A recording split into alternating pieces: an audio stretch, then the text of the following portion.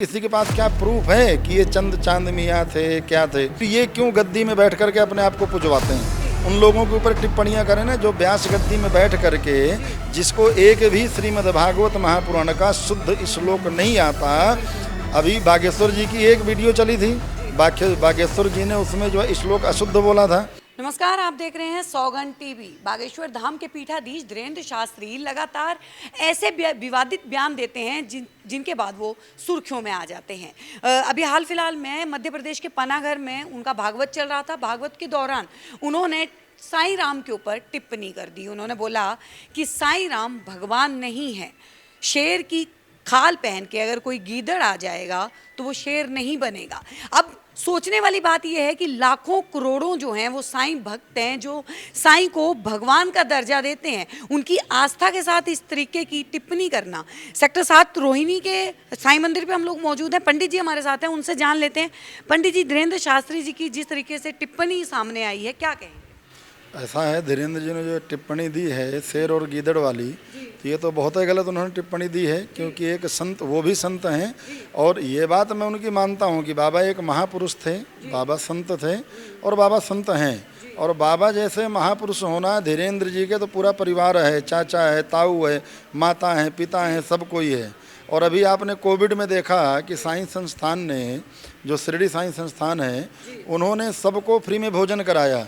हमारे जितने बड़े बड़े पीठाधीश्वर हैं, ये जो अपने आप को, फिर ये क्यों गद्दी में बैठ करके अपने आप को पुजवाते हैं? अगर साईं नहीं पूज सकते तो संत तो ये भी कहते हैं कि हम संत हैं। और जब तुम संत बन के अपनी पूजा करवा सकते हो, तो साईं तो ऐसे संत थे जिन्होंने पूरे वो संसार में रह के भी संसार से अलग थे, और संसार से अलग रह के भी वो संसारी थे।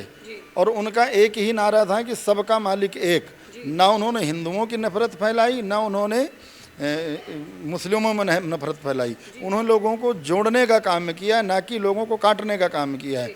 और ये जो बागेश्वर धाम बोल रहे हैं, ये लोगों को काटने वाली बात है। भाई मेरी श्रद्धा है, मैं बाबा को मानता हूँ, आपकी श्रद्धा है आप राम को मानते हैं, बाबू जी की श्रद्धा है आप जो है राधा कृष्ण मानते, ये तो सबकी अपनी अपनी श्रद्धा है।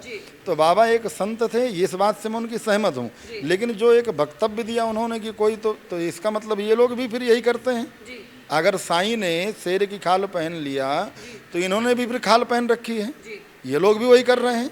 फिर ये क्यों अपने आप को पुजवाते हैं? मैं चरण पादुका पूजी जाती हैं, चरण पादुका के तो कुछ संत ऐसे हैं, मैं नाम नहीं लेना चाहता हूँ, कि अगर मैं गरीब हूँ और मैं चाहता हूँ कि वहाँ से चरण पादुका मेरे घर आएँ, तो अगर मेरे पास 4 लाख रुपए 5 लाख रुपए है, तब तो चरण पादुका आएंगी, और नहीं है तो नहीं आएंगी। तो भगवान ने कहीं कहा है क्या कि मैं रईसों का हूँ, गरीबों का नहीं हूँ?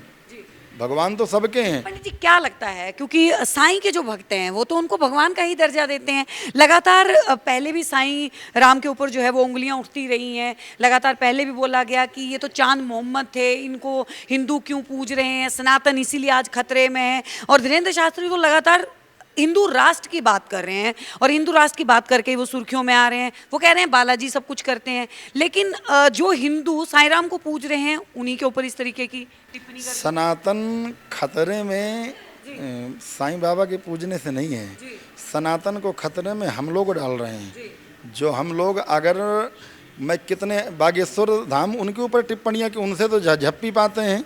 उन लोगों के ऊपर टिप्पणियाँ करें ना जो व्यास गद्दी में बैठ करके, जिसको एक भी श्रीमद् भागवत महापुराण का शुद्ध श्लोक नहीं आता।